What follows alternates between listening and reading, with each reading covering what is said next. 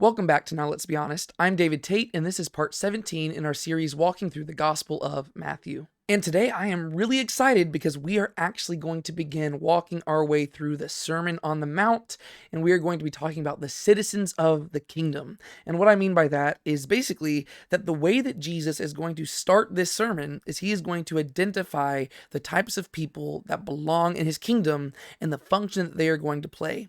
And then in the rest of the sermon, he's going to basically outline what he expects of these people and the laws and the standards that he expects them to adhere to and the righteousness that he expects them to develop, right? And so these first few verses right here are absolutely crucial because this is where we kind of get to reflect on ourselves and ask, okay, do we belong in this kingdom? And are we going to find our place in it?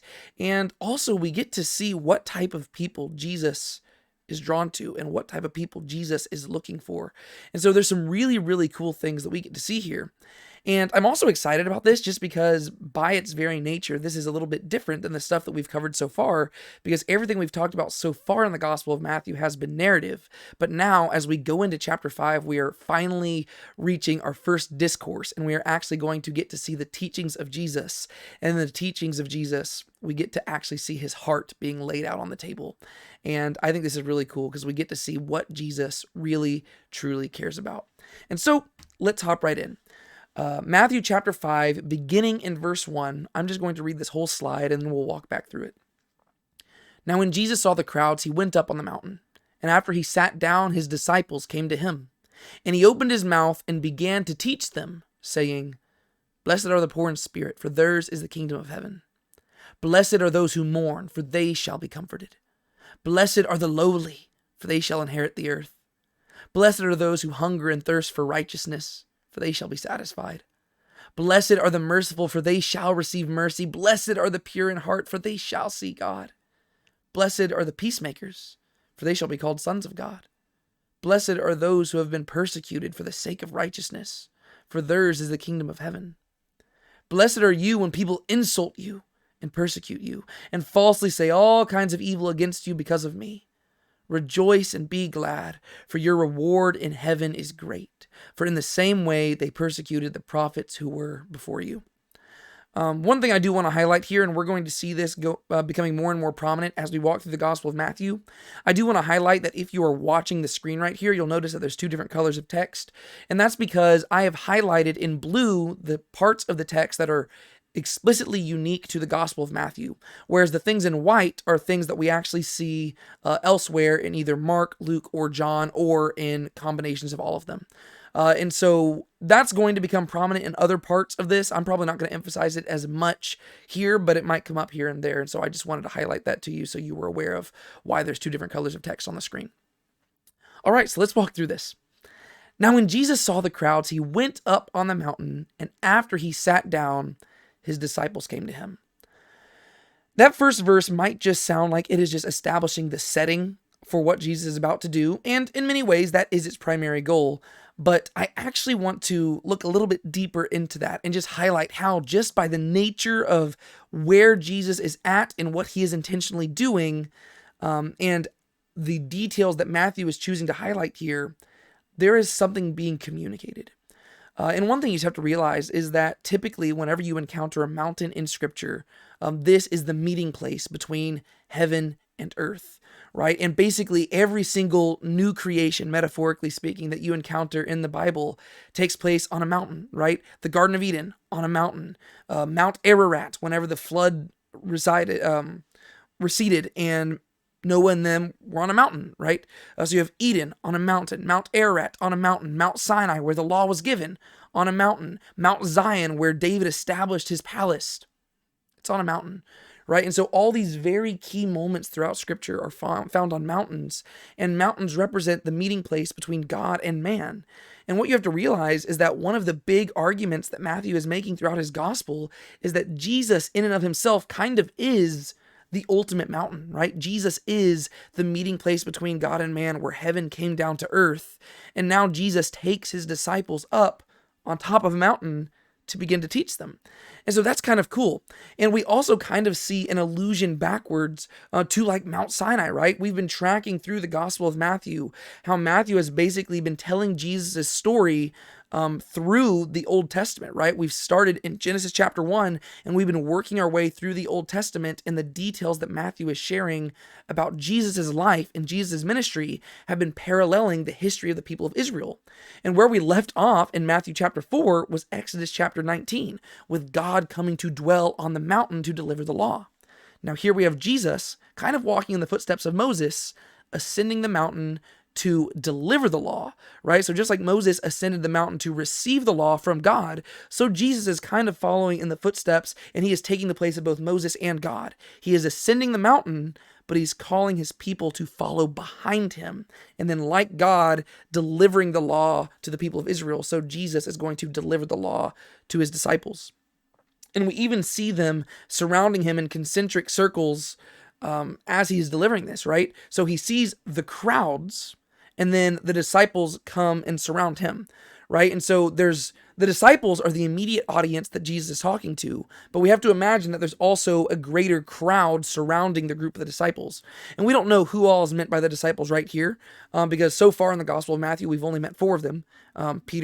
Simon Peter, Andrew, James, and John.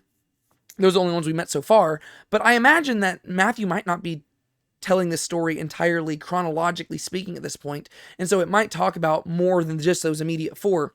But you've got these close disciples right here, and then the crowd surrounding him in a very similar way to at the foot of Mount Sinai, how you would have had the Levites encamped closest to the mountain, and then the rest of the Israelites further away. And even whenever you eventually have the arrangement of the camp, in the Old Testament, whenever they're wandering through the wilderness, you have the Levites surrounding the tabernacle, and then eventually the rest of the tribes are all around, right? And so I don't want you to read too much into that and make everything a parallel, but I'm just highlighting that the details that Matthew is highlighting does seem to be a clear callback to the things that we've seen in the Old Testament, which is just really cool.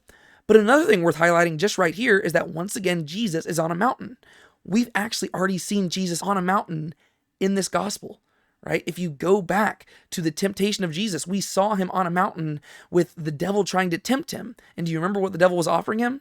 He said, if you bow before me, I will give you all the nations of the earth. But Jesus resisted that. The devil tried to offer him kingdoms, and Jesus rejected the devil's offer. But now Jesus ascends on a mountain of his own, and he begins to lay out his kingdom for all of his followers. And so there's this nice, beautiful parallel just right off the bat by the very nature of this setting. And so when Jesus sees the crowds, he goes up on the mountain, and after he sat down, his disciples came to him, right? Sitting was just the posture of teaching back then. Nowadays, we stand at pulpits, but back then, they would sit down, and they would usually raise up their hoods, and they would begin to teach. I actually think that's kind of cool, because it's like a posture of humility. And he opened his mouth and he began to teach them. And the really cool thing is that the way that Jesus decides to begin this sermon is actually with a song. He actually begins to give them a poem. And the way we can tell that this is a poem or a song is just by the very structure of it, right? It begins with the word blessed, blessed, blessed, blessed, blessed, blessed. And if you go back into the Greek, there's actually a lot of really beautiful, like just semantic parallels you have going on here. The first few verses, all of them start with the letter P in Greek, right? And so there's some alliteration going on here. And it's even bookended, right? If you look at verse 3 and verse 10, you see that the promise is the same, right? You have blessed are the poor in spirit, for theirs is the kingdom of heaven. And then blessed are those who have been persecuted for righteousness, for theirs is the kingdom of heaven. And so verses 3 through 10 form this nice little bookended poem and song. And this is the way that Jesus is going to begin to communicate the type of citizens that he wants in his kingdom and the type of people that he is looking for. And so what we need to do is we want to really just break this down. We want to figure out what type of people is Jesus looking for in his kingdom, and what type of people does he value, and what type of people has he come to save. And in order to understand this section, which we call the Beatitudes, we actually need to go back to Isaiah chapter 61. Because in Isaiah chapter 61, we see Isaiah make a prophecy about a person who would show up and he would value people exactly like the type of people that Jesus is going to say that he values right here. So in Isaiah chapter 61, this is what we read. The Spirit of Yahweh is upon me, because Yahweh has anointed me to bring news to the afflicted. He has sent me to bind up the brokenhearted, to proclaim release to the captives and freedom to the prisoners, to proclaim the favorable year of Yahweh and the day of vengeance of God, and to comfort those who mourn, to grant those who mourn in Zion, giving them a headdress instead of ashes, the oil of rejoicing instead of mourning, the mantle of praise instead of the spirit of fainting. So they will be called oaks of righteousness, the planting of Yahweh, that he may show forth his beautiful glory. So in Isaiah chapter 61, Isaiah sees this servant of God who will be anointed by the Spirit of God. And later on in the Gospel of Matthew, Matthew is going to identify Jesus as this very same servant. And Jesus himself is going to identify himself as the servant in the synagogue at Nazareth. And so we have to understand that this is who Jesus is, right? He is this anointed servant of God on whom the Spirit of God has come to rest. We saw that back at Jesus' baptism. And he specifically shows up to take care of the afflicted people and to proclaim good news to those who have been experiencing a lot of bad news and people who have had a really hard life. These people are going to find joy and redemption and restoration and salvation in this servant of God. And so just by the nature of Jesus identifying himself with these people, Jesus is asserting in the opening words of his sermon that he is the fulfillment of prophecy. And that's exactly what we talked about in the last video whenever I gave us an introduction to the Sermon on the Mount. Jesus isn't simply speaking as a preacher right here. He is speaking as a fulfillment of prophecy. He is a prophetic figure. He is the authoritative king who is identifying himself with the people, saying that he has arrived to change the entire world. That's what he's saying. Another thing we need to do before we actually walk through these individually is we probably need to figure out what the word blessed even means, because it's kind of essential if you haven't noticed to this whole thing, right? What does it mean to be blessed?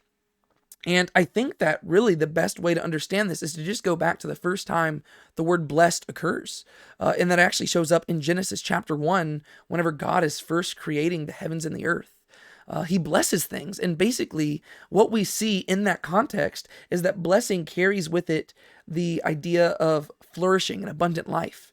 The way that one of my professors used to put it is that whenever God blesses something, he gives it everything that is necessary to fulfill its created purpose. Whenever God blesses humans, he gives them everything necessary for life and godliness, right? And I think that's a beautiful portrait of what it means to be blessed, because a lot of the times, whenever we talk about blessing, we think of it in terms of happy feelings and stuff like that. Well, as we're going to see in this list of things that Jesus is going to say here, these people are not blessed in the sense of how we typically think of blessing. Nobody really thinks that you are blessed when you are mourn, if you're thinking of it in the terms of how we typically use the term, right? Blessed, happy. You're not typically happy when you're mourning. You're not happy when you're being persecuted. But that's because Jesus isn't using the word blessed how we typically use it in our 21st century society. He's not talking about people just being in a happy state. In fact, I would argue that most of these people are not in a happy state. But he is saying that these people will have everything they need to live an abundant and flourishing life, despite the negative emotions they might be feeling. And that's very, very crucial for us to understand, because what Jesus is basically insinuating is that he is going to be the reason why they can have this future flourishing and this restoration that is going to come. And in order to understand that, you have to realize that there is carried with this inherent understanding that the world is broken, right? The world is broken and things are not as they were meant to be. And therefore, there's this dissonance between the feelings these people are experiencing in the hardships of life and the ultimate reality that they can experience through the promises of Jesus and the identification with his kingdom. Right? And so just by the very nature of what we see in these Beatitudes, we see that whatever is happening here is going to require radical transformation, because these people are in a lowly and downtrodden state. But Jesus is telling them that if they identify with him and if they identify with his kingdom, he will give them everything necessary for a flourishing life, even if that flourishing life is not the type of life that we typically think of in 21st century American society with mansions and Lamborghinis and endless wealth. That's a very materialistic viewpoint of abundant flourishing. Jesus is going to give a different viewpoint of abundant flourishing, and he is going to give them a a perspective of what it truly means to be blessed. Another thing that I want us to highlight here, before we once again walk through this, is that almost every single one of these blessings are future looking, right? Most of them are future looking except for the first and the last ones, right? The first and the last ones, blessed are the poor in spirit, for theirs is the kingdom of heaven. Blessed are those who have been persecuted for the sake of righteousness, for theirs is the kingdom of heaven. Those are present tense. He is talking to those people right here, right now, both in his time and in our time. And he is saying, if these things are true of you, then you can consider yourself blessed right now because the kingdom of heaven belongs to you. And that in and of itself is enough for joy and flourishing. But everything in between, verses 4 through 9, all of those are future looking. And so these people can consider themselves blessed in the present because of their hope in what is to come in the future. And so that's really, really cool as well, because we see that there is this future hope, a future restoration, a future flourishing, ultimately that God will do what he has promised that he will do, and eventually Eden will be restored. So there is that future hope, but we aren't only limited to that future hope. There is a here and now component that can be realized and experienced by those living in the present world. And so this is where, just at the very beginning of this, we get the idea that the kingdom of heaven is a here and now reality, but it's also going to be more fully realized in a very physical and tangible way in the future, right? And so this is where we get the idea that the kingdom of heaven is already, but not yet. There is some way you can experience the kingdom of heaven here and now, but ultimately it will be experienced to an even greater degree into the future. And so let's begin to walk through these. And as we walk through these, I want you to really notice that in many ways, these blessings truly are paradoxical, because like I've mentioned already, almost every single person Jesus is talking about here is a downtrodden and afflicted person. And so it sounds kind of paradoxical to say that they are blessed. It seems just counterintuitive. But what Jesus is going to be communicating through this is that these people are blessed despite their condition. And the reason they're blessed despite their condition is ultimately because of him. It's because their identification with him. And you're not going to see that in verses 3 through 10, but you are going to see that specifically in verses 11 and 12. And I'm going to argue that verses 11 and 12 are actually the key to understanding all the Beatitudes together. And so that's going to be really exciting. But just for right now, just roll with me. I'm going to argue that all of these things are true, not simply because of the nature of who these people are. Oh, just by nature of being in this condition, you are blessed. No, it's because they're identifying with him that they are blessed. And ultimately, what he's going to argue is that they have to admit that they are lowly, and they ultimately have to repent in order to experience the blessings that come from this. And so let's walk through these. Blessed are the poor in spirit, for theirs is the kingdom of heaven. The idea of being poor in spirit, kingdom of heaven, those things, it's kind of interesting that you would put those two together. You'll notice that in the white text here is blessed are the poor, for theirs is the kingdom, right? And that's because if you go to the Gospel of Luke, he doesn't even add in spirit right here. Whenever Jesus is teaching his Sermon on the Plain, he said, blessed are the poor, for theirs is the kingdom of God. And so you might read the Gospel of Matthew and think that Jesus is specifically speaking on only spiritual terms, but the Gospel of Luke's going to highlight that no, there is a physical component to this, where Jesus is simply saying, blessed are the poor, for there's the kingdom of God. And the reason why that's paradoxical is because you wouldn't typically associate poverty with people who would inherit a kingdom, right? Usually it's the rich that inherit a kingdom, but Jesus is saying, no, in my kingdom, it's the poor who inherit the kingdom. Specifically in the Gospel of Matthew, it's the poor in spirit. It's the people who aren't going around touting their righteousness before everybody, but it's the people who admit that they don't have anything spiritually to boast about, right? They don't have any spiritual riches. They are poor in their spirit, and they are downcast and lowly, and they're sinners. Jesus says those are the people who are going to receive the kingdom of heaven. And not only are they going to receive it, but if these people recognize that they are poor in spirit now, the kingdom of heaven is theirs now. Then he goes on, blessed are those who mourn, for they shall be comforted. This is one of those things that is future looking. And this is just a place of hope, right? Because typically you don't think that you're blessed if you're if you're mourning, you wouldn't consider yourself in a state of blessing, right? Whenever somebody loses a loved one, whenever somebody is going through something really difficult, a heartbreak, a breakup, a divorce, a miscarriage, right? Whenever they're going through something difficult that is leaving them in a state of mourning, they don't typically view themselves in a blessed state. But Jesus says you are in a blessed state. Why? Because you will be comforted.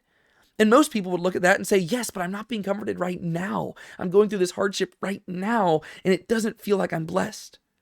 But Jesus has this eternal mindset that he's going to encourage his followers to have over the course of this sermon.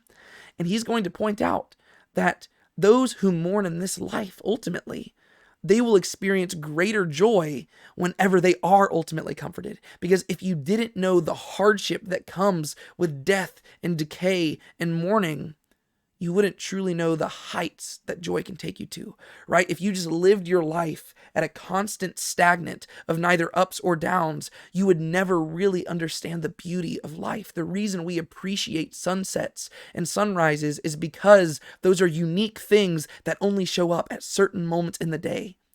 If the sky was always in a perpetual sunrise or sunset, we wouldn't truly appreciate it. If our life was constantly at this stagnant state of neutrality, we wouldn't appreciate the joy in life. We wouldn't appreciate the grace of God.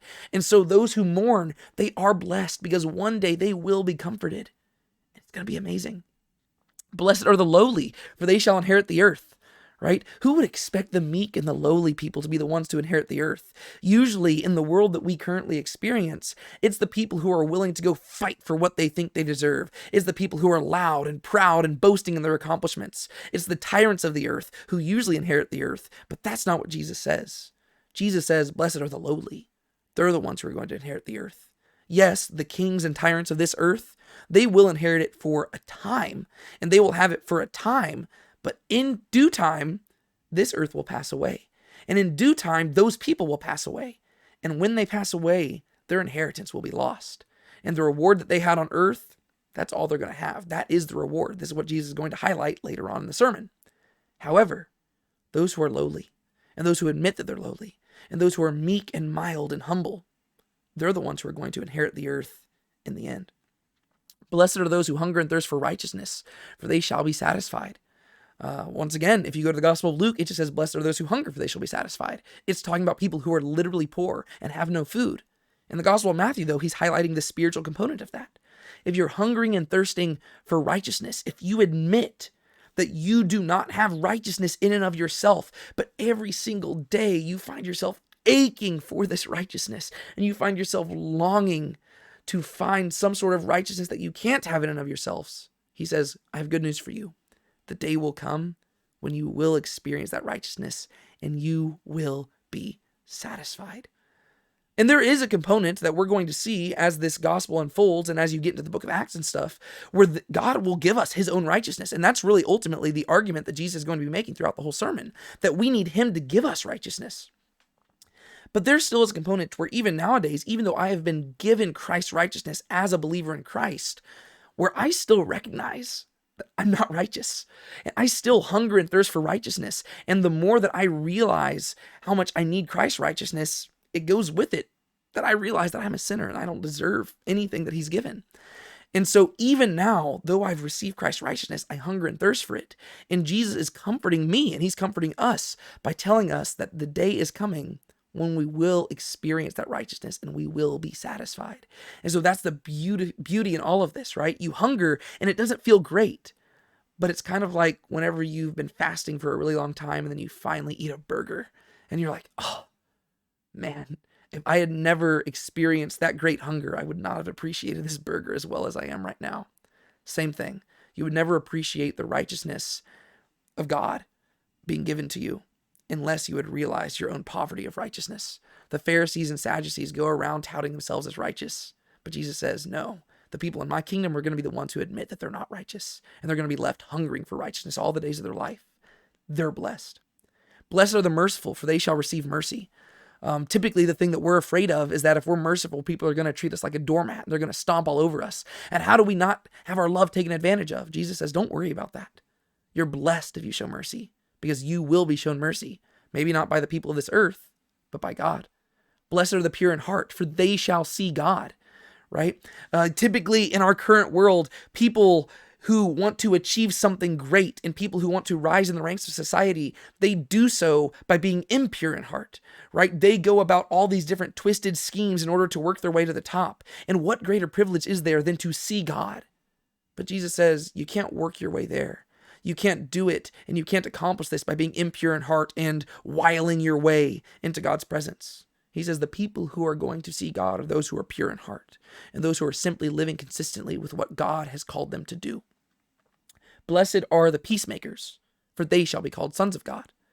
Right? The people who are going to be adopted into the family of God are not those people who are out waging war and demonstrating that they are worthy to be made into the royal heirs, kind of like you would see in the Roman Empire at this time period, right? You have plenty of emperors and Caesars at this time period who didn't have any sons, and so they needed to adopt somebody as a son, and the people that they would adopt as a son would be somebody who was known as being a good conqueror so that he could expand the Roman Empire. And Jesus says, in my kingdom, God isn't looking to adopt somebody who is out conquering things in a physical way and who is waging violence and war. Instead, God is looking for the people who are peacemakers. Those are the people that he wants to adopt as his heirs to his kingdom. And then he says, blessed are those who have been persecuted for the sake of righteousness, for theirs is the kingdom of heaven. This is probably the most paradoxical of all of them. Blessed are those who are persecuted? Jesus, how am I blessed if I'm persecuted? That doesn't make any sense. It stands out to us because it's like, no, hardship is terrible. To be frank, hardship sucks. How am I blessed? How can I be having an abundant life when people are literally taking my life from me? But he says, yours is the kingdom of heaven, because the reason you're doing this is because of righteousness. People are persecuting you because they see the righteousness that you are living, and they see that you are living for the kingdom of heaven. And the reason why they are persecuting you is because they know you have the kingdom of heaven, and it makes them jealous, and it makes them angry, and they want to suppress it so they don't have to constantly look at you. And it's because their own hearts testify against them. And so the very fact that you are being persecuted for righteousness' sake testifies to the fact you already have the kingdom of heaven, and that the kingdom of heaven is yours. And so those are the Beatitudes mostly. But then we get to verses 11 and 12.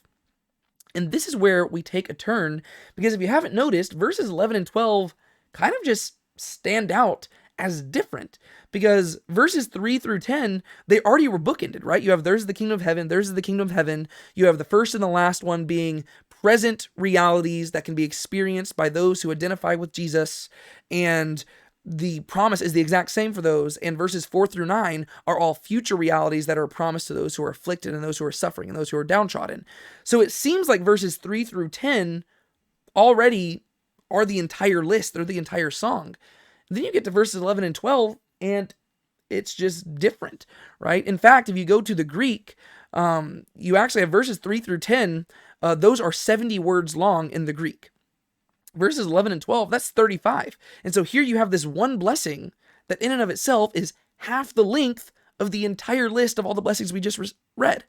And so you read it and you're like, verses 11 and 12 stand out. But not only does it stand out because it's longer, but it also stands out because verses 11 and 12 actually expand on the promises of verse 10, because it's still talking about persecution. And so it's not a different blessing, it actually just expands on the blessing that preceded it. And then if that weren't enough, verses 11 and 12 also stand out because it switches to the second person, right? No longer is he saying, blessed are those who do this, blessed are those who do this. Now he says, blessed are you.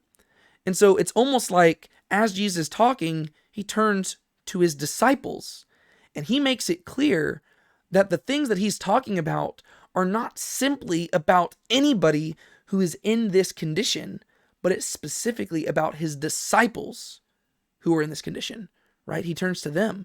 Blessed are you when people insult you and persecute you and falsely say all kinds of evil against you because of me. So here we see Jesus identifying what it means to be persecuted for the sake of righteousness.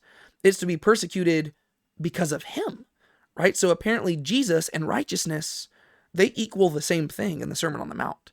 Righteousness comes from Jesus, right? They're persecuting you and falsely saying all kinds of evil against you because of me. And he says, rejoice and be glad. What? rejoice and be glad whenever people are spitting on me and whenever people are saying false things about me and they're spreading false rumors about me? How do you want me to rejoice and be glad? And he says, this is why. For your reward in heaven is great. For in the same way they persecuted the prophets who were before you. So Jesus says this is why you can rejoice and be glad, even though you are not experiencing present joy and gladness. Right now you are going through some immense hardship, and that stinks, and that's horrible, and I'm so sorry you're having to go through that. But you can rejoice and be glad even in this, because your reward in heaven is great, right? Because guess what? Your joy and your hope is not rooted in this world. Other people, the people who are not peacemakers, the people who are not poor in spirit, the people who are not mourning, they're experiencing the reward here and now. And that's going to be a big theme throughout the Sermon on the Mount. There are people who will receive the reward on this earth, good for them. But then there are those who are going to receive the reward in heaven. And that is those who are persecuted for the sake of righteousness. And so I would actually argue that verses 11 and 12 are the key to understanding the entire Sermon on the Mount. And so you actually have to read even the previous verses in the context of persecution. Blessed are those who are poor in spirit because of being persecuted. The reason why they are in this state of poverty is because they're being persecuted.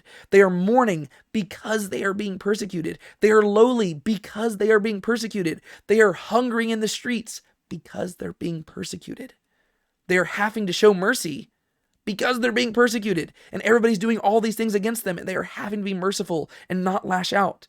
They are having to be pure in heart because they are being persecuted, and it would be so easy to be deceptive and double-minded and weasel their way out of persecution, but instead they're not, and they're sticking true. Blessed are the peacemakers. Why are they peacemakers? Because people are persecuting them, and they're not fighting back. They're turning the other cheek. That is what Jesus is saying to them. Blessed are those who have been persecuted for the sake of righteousness. Why? They're being persecuted for the sake of him. Verses 11 and 12 give us the key to understanding the Beatitudes. These people aren't simply being blessed because they are in a state of poverty or in a state of hunger or in a state of mourning. They are being blessed because the reasons they have gotten there is because they were willing to bear reproach for the kingdom of Jesus. That is what he is saying. And that is truly, truly amazing. And he's promising them that if they suffer for his sake, he ultimately will turn things around. If you do this, and if you're willing to bear this reproach, you will be blessed. And in many ways, you are already blessed because of the future reality of the hope that you can find in me. And I'm going to highlight this again at the end of this video, but I just want you to realize how bold Jesus is. Like he's just coming out swinging, right? I mean, like this is a bold thing to say. He is making promises to people that really nobody but God himself has the business of making promises to, right? I mean, just a human king in and of himself to be saying things like this.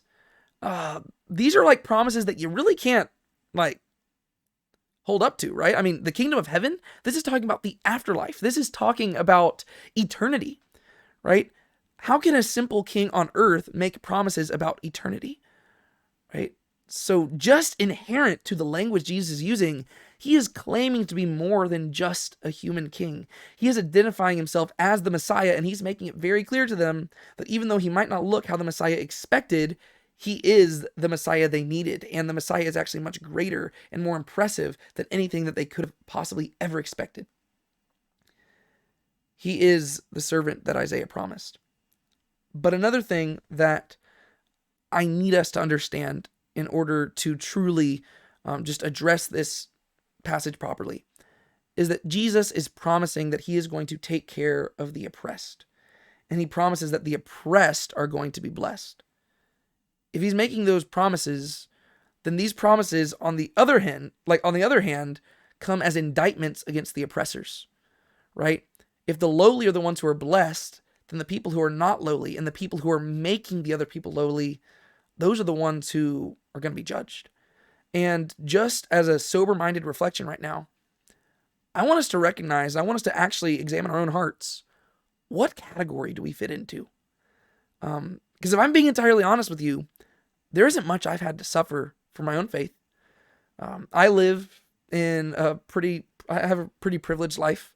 I have the opportunity to stand at a camera with a light shining on me and a fancy background just talking about the Bible. This should make us wonder, right? And I'm not saying that we have to go out and seek persecution or anything like that. I'm not saying that at all. I'm just saying that with great resources and with great power comes great responsibility. And if God has given us a privileged and luxurious life, we better be using the resources and the things that God has given us to help those who are lowly and to serve other people, right? Because if not, then we don't fall into the category of people Jesus is describing here, right? If we're not taking care of those who are lowly, lower than us, and if we are simply living, up in our mansions and fancy houses and stuff like that, in our privileged society. And also keep in mind, whenever the Bible talks about rich people, it's not talking about people in mansions. It's talking about people who knew where their next meal was coming from. We are the rich. And I just think that I don't want to move on past this without just addressing the reality of the fact that we are the ones who have experienced earthly rewards and those who have experienced earthly blessings. And I don't want us to move on without realizing that there might be some dissonance between us and the people Jesus is talking about here. Because a lot of the times we try to force ourselves into this and we say, blessed are the poor in spirit. Well, Jesus is obviously talking about me. Let me find a way where I'm poor in spirit. I don't know. Maybe we need to reflect on it. Are you really poor in spirit? Are you really mourning? That's the questions you need to ask. Don't just say, well, I know that I go to church every Sunday and therefore this has to be about me. No, I think we should genuinely reflect on this and we should genuinely ask, do I fit into this? Because there might be a call to action just in these opening verses right here. But here's the cool thing. If you find yourself not identifying with these people, over the course of the rest of this sermon, Jesus is going to give instructions on how we can adopt these characteristics in our lives here and now. That is the purpose of this sermon. Jesus says, these are the people that I want in my kingdom. And if you don't find yourself there, well, let me tell you how to be there. And so the rest of the sermon is going to be Jesus giving instructions and commandments. And he's going to teach us how to interpret the law correctly so that we can figure out how to embody these character traits in our lives right here and right now. But let's move on and let's talk about these last few verses right here. This is what I really want to just cover at the end of this video, because Jesus is going to also give some concluding thoughts about the type of people in his kingdom. So he's given the Beatitudes. He said what type of people are blessed. And then in verses 11 and 12, he started talking to his disciples directly. He turns to his disciples and he says, blessed are you when you're persecuted because of me, for your reward will be great. And he continues to talk to the same group of people. I don't want you to distinguish this from the previous verses, right? It directly flows from it. He just said, you being the persecuted people. He's still talking to the same persecuted people. And he says this, you are the salt of the earth. But if the salt has become tasteless, how will it be made salty again? It is no longer good for anything except to be thrown out and to be trampled underfoot by men. You are the light of the world. A city set on a hill cannot be hidden. Nor does anyone light a lamp and put it under a basket, but on the lampstand, and it gives light to all who are in the house. Let your light shine before men in such a way that they may see your good works and glorify your Father in heaven. Jesus, still speaking to the persecuted people that he was just addressing, the people who belong to his kingdom, he says that if you belong to my kingdom, you fulfill two primary roles. You are the salt of the earth, and you are the light of the world. So let's walk through these. You're the salt of the earth, but if the salt has become tasteless, how will it be made salty again? It is no longer good for anything except to be thrown out, to be trampled underfoot by men. I've seen a lot of people teach on this, and they'll try to figure out what exactly is he trying to communicate by salt on the earth and everything, and they'll, I even used to be guilty of this a long time ago, they'll just go on Google and be like, what can salt be used for? And they'll look at all the different things, and they'll come up with a list of 20 different things salt could be used for, and they'll come up with parallels for all of it. I say, let's not do that, right? Let's not read too much into this. Let's let Jesus specifically explain what he's talking about. You are the salt of the earth. But if the salt has become tasteless, how will it be made salty again? So when he's talking about salt, he's specifically talking about salt in regards to taste. And you can understand this from one perspective, just in general, even in our current cultures nowadays. But I think it's even heightened if you go look back at Jewish culture. But let's talk about just our culture in first. We put salt on stuff to make it have flavor, right? Salt makes things beautiful, right? I mean, you can have one meal and, it might taste all right, but if you throw a little bit of salt on there, man, that meal has become a 5-star meal, right? And so there is this component of what kingdom citizens are meant to do and meant to accomplish in the world, where they're supposed to add flavor to the world and they are supposed to make things better. And whenever a Christian walks into a room, things should get better, not necessarily from a physical stance, but whenever people are around you, you're adding flavor to life. That's ultimately what he's kind of communicating. But if you read this from a Jewish context, you realize that there's actually a lot more depth to what's being said here, right? Because salt was added to sacrifices. So we're not specifically just talking about food that was eaten by humans, but this is food that was offered to God as a pleasing aroma and a tasty sacrifice for him. And so what Jesus is ultimately saying to his persecuted followers is he's saying that the persecuted saints are like salt on an offering. And if they spread over the earth, they will make the earth into a pleasing sacrifice to God. Right? That is the role of Christians in the world, right? If salt is added to sacrifices to make sacrifices pleasing unto God, well, one day this earth will become a burnt offering. One day this earth will become a holocaust. That's what the word holocaust means, by the way, if you didn't know that. Holocaust means burnt offering. One day this earth will be a burnt offering, and that's what John the Baptist said, right? I baptize you with water, but the one who comes after me comes to baptize you with the Spirit and with fire. Eventually this earth will dissolve like snow and it will burn.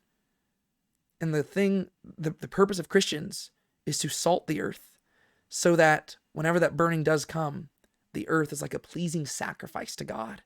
And every single Christian on the face of this planet will be the salt that makes that sacrifice pleasing to God. And whenever saints are persecuted for righteousness' sake, they are offering their bodies as living sacrifices. Do you see now why Paul says that in Romans? That's the imagery of the gospel, right? Whenever you suffer for righteousness' sake, and whenever you go and you die for your faith, or if you live a life that is a living sacrifice, you're constantly denying yourself. You are giving yourself to God as a sacrifice, and you are the salt of the earth that makes that sacrifice pleasing unto him. However, on the other hand, if you aren't willing to deny yourself, and if you aren't willing to follow God no matter what the cost is, you'll be flavorless. If salt has lost its flavor, how can it be made salty again? It is no longer good for anything except to be thrown out to be trampled underfoot by men. If you're a person who identifies yourself as a Christian, but you're not denying yourself, and you're not going out and offering yourself as a living sacrifice, how are you going to be salty again, right? How is your life going to be a pleasing sacrifice to God, right? If salt isn't adding flavor to food, what purpose is it? Well, you can go salt a city, right? That's what people would do whenever they would conquer a city. They would go out, they would destroy the city, and they would throw salt on the ground and trample it underfoot so that nobody could build on the city again, because it would basically make it to where stuff couldn't grow anymore. Is that what you want to be? Do you want to be just a waste? Do you want to be something that takes life away, something that suppresses growth? Or do you want to be salt that is a pleasing sacrifice to God, that makes everything tasty and that puts a smile on God's face as his people lay their lives down out of worship for him? That's what Jesus is calling his disciples to be. If you're persecuted for righteousness' sake, you're like salt on a sacrifice, and you're beautiful to God, and you'll put a smile on God's face. But if you're not doing what Christians are called to do, if you're not living a life consistent with what he is going to outline in this sermon, if you are not going out and denying yourself and picking up your cross daily, then you're like salt that has lost its flavor. All it can do is just be thrown on top of a city, trampled underfoot so that nothing can grow. You don't want to be that. On the other hand, you are the light of the world. A city set on a hill cannot be hidden, nor does anyone light a lamp and put it under a basket, but on the lampstand, and it gives light to all who are in the house. This imagery is probably pretty cool because Jesus is in the region of Galilee. He's sitting on a hill right now, and Jesus is the light of the world, talking to disciples who he is going to make the light of the world. But one thing that I love, and this is true to Galilee even to this day, because I've been there multiple times. At nighttime, Galilee gets really, really dark. And even to this day, there is one city in Galilee that existed way back in Jesus' time that is set on a hill, and it is a light that casts light over the whole place. And that's a city called Tiberias. I wouldn't be surprised if Jesus and his disciples could see Tiberias from where they're sitting on the mountain right now. Traditionally speaking, where, like, we don't know, like a lot of the places, if you go to Israel, a lot of the places that they tell you are the traditional sites, we have no reason. It's basically just people came along and like, hey, this could be a tourist trap. So just so you know. But if you go to Israel, there is a place that is traditionally, it's called the Mount of Beatitudes. It's the traditional location for where Jesus preached the Sermon on the Mount. And you can see Tiberias from there. And at nighttime, it is pitch black in the region of Galilee, except for the city of Tiberias. It is a city set on a hill, and even in the midst of the night, it is a hopping place. And even to this day, it is the biggest city in that region, and it is still the primary light shining in the darkness. And so I wouldn't be surprised if Jesus is using the city of Tiberias as an image for the people as he gives this sermon, right? You're the light of the world. A city set on a hill cannot be hidden, right? If you're in this, like whenever it's nighttime and it's dark and you see this city set on a hill, you can't avoid it, right? It just, your eyes are drawn to it. That is what Christians are meant to be in the world. Jesus followers are meant to be for the world as Israel was always intended to be, right? This was the goal that God had for the people of Israel going way back to the time of like Genesis, right? Whenever God talked to Abraham, he said, in you, I will bless all the world. Right? Israel did never, like, the issue with the people of Israel at the time of Jesus is that Israel had begun to think that they were special to God because they in and of themselves were special above all other people. But the reason why God made them special was so that they could be set apart and guide all other people to God. But they'd become so inward focused that Jesus is basically saying, hey guys, if you're my followers, you are going to fulfill the role that Israel was supposed to be. Jerusalem was supposed to be that city on a hill. You were supposed to go to Jerusalem and you were supposed to see the light shining in the temple and you were supposed to say, wow, I want to be there. But Jerusalem has gone astray. And so now Jesus says to his disciples, you're going to have to be the light in the world. You are going to have to be the city on the hill that can't be hidden. And I can't let you, like, if you're one of my followers, you can't put the light under a basket. You can't hide it. Right? If you are called to be light, you need to live it out. There is no such thing as a private Christian. There is no such thing as a Christian who is not living for Jesus. Right? If you are a follower of Jesus, your lifestyle should be different. And it's not the difference in lifestyle that saves you. But if you're only concerned with salvation, then I would argue that you're not saved at all. Because if you're only concerned with the act of getting saved, you're primarily focused on yourself. Our job is to focus on Jesus and to fall in love with Jesus. And one who falls in love with Jesus will be saved, but they won't simply stop at empty faith. And their faith will not simply be a dead faith. Instead, their faith will be a faith that says, I love Jesus so much, I will deny myself. I will pick up my cross. I will follow. I will live for him. And a person like that will be a light on the top of a hill. And you might ask yourself, how do I do this? Right? How can I be the salt? How can I be the light? And Jesus makes it very clear in verse 16. Let your light shine before men in such a way that they may see your good works and glorify your Father who is in heaven. Why is it that we do good works? It's not to earn salvation. It's to testify about the King who has saved us, right? Out of our love for the King, we obey his commandments. And as a result of obeying his commandments, we spread his kingdom throughout the world. And we live like he did, so that other people can see us and they can see our lifestyles, and our lifestyles can testify about him, and they can say, wow, that person is like salt on food. They make life better. To be a friend with a Christian is to have an abundant life, right? Wow, that person is like a light on top of a hill. I can't stop looking at them because there's something about them that is different and it's attractive. And even when I try to look away, even in the corners of my eyes, I see the light in the distance. Right? That is the effect that Christians should have, and we do that by showing our good works. And if we fail to obey him, our sacrifices will be tasteless, and our lights will be covered. Right? If you are a Christian who claims to follow Jesus, but you're not living for him, you can't call yourself the salt of the earth, or the light of the world. You can't do it. Because if you're a Christian who is not striving to obey Christ, You are a tasteless sacrifice, and you are a light under a basket. Those are worthless. And I know that might be a harsh teaching, but that's what Jesus is saying right here, and I don't want you to miss it. It is a harsh teaching. It is a very harsh teaching. However, if you do obey Christ, and if you strive to walk in obedience to him, your sacrifices will be savory, and your light will shine bright. God will be pleased with you, and other people will be attracted to the kingdom that you belong to. That is our goal. And as if this teaching weren't harsh enough, as we begin to close this up, I want to highlight another thing. There is no other alternative source of flavor or light that Jesus talks about here. He says, you, my disciples, are the salt of the earth. There's no other salt of the earth. You, my disciples, are the light of the world. There is no other light of the world. And so, if Christ's followers fail to live for him, I don't want you to miss out on the implications of this. If Christ's followers do not live for him and salt the earth, there will be no pleasing sacrifice for God. If Christ's followers do not go out and live for him, there will be no light for the world, and the entire world will continue to walk in darkness. And if the world is walking in darkness, and if there is no pleasing sacrifice, that is not on them, that is on us.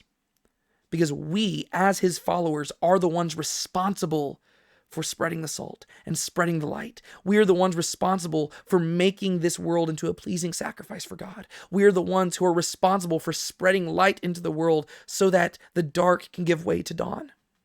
That is our responsibility. And in other places in the Gospels, Jesus is going to say that he's concerned that when he returns to earth, will the Son of Man find any faith? Because we're sinful and broken people. And even though we're the salt of the earth, we love being flavorless. And even though we're the light of the world, we love putting that light under a basket because we live according to the fear of man and not according to the fear of God. And that's something that Jesus is going to challenge over the course of this entire sermon. You can't live according to the fear of man. You have to live according to the fear of God. That is essential. It's absolutely essential. And so, to close this out, I want to highlight something I already highlighted in the Beatitudes. And I just want to highlight how bold Jesus is when he is saying this. He is making some authoritative claims.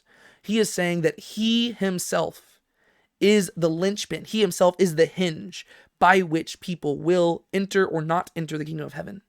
He is saying that his followers and his followers alone are the only people who can guide people into genuine worship. His people and his people alone are the only ones who can shine light into the darkness. His people and his people alone are the only ones who can help creation find its created purpose and come to follow God. That's what Jesus is suggesting right here, and I don't want you to miss that. Because if you read through this and you don't understand the authority and the big claims Jesus is making here, then you're not reading the same sermon that the people of Israel heard at this time period. Because at the end of this sermon, the people are going to say, whoa, we have never heard somebody teach with such authority as this. A lot of the times we look at this and we miss out on the implications of what Jesus is saying. You know, in John chapter 14, whenever Jesus says, I am the way, the truth, and the life, no one comes to the Father except through me, he's making the same claims right here. He is saying, you cannot be right with God unless you become one of my followers. You cannot enter the kingdom of heaven unless you obey me, and unless you submit to me, and unless you make me your king. Because he is identifying himself as the servant promised by Isaiah. He is identifying himself as the king of the kingdom. And if you don't identify yourself with the king, how can you belong to his kingdom? Anybody who tries to sneak into the kingdom from some other way is going to be kicked out. He's going to be found out. He's going to be kicked out. He's going to be banished forever. Jesus saying, I am the king. I am the anointed servant of God who has come to raise up the downtrodden and raise up the afflicted. And in order to be part of my kingdom, you have to recognize that you are one of those people. And then you need to repent. And you need to come to me. And if you come to me, I will make you the salt and the light of the earth and the world. You might face persecution, but even when you face persecution, you will be blessed. And that's how Jesus decides to open up the Sermon on the Mount. And that's how he identifies his citizens in his kingdom. I hope that you enjoyed this as much as I enjoyed talking about it. We will be back next week to continue further into the sermon. I really love the Sermon on the Mount, if you can't tell. I absolutely love the Sermon on the Mount. I think Jesus has some amazing things to say. Shouldn't be surprised by that. But I'm excited to talk about this with y'all. Until next time, my name is David Tate. This is Now Let's Be Honest. Be sure to keep a smile on your face and don't let anybody steal your joy. And I will see y'all later. Maranatha. You read a verse, you sing a hymn, the money's in the plate. Sundays you mark out for him, but even then you show up late. You bought the shirt, you wear the cross, but sin throughout the week. For 30 shekels and a noose, you kiss him on the cheek.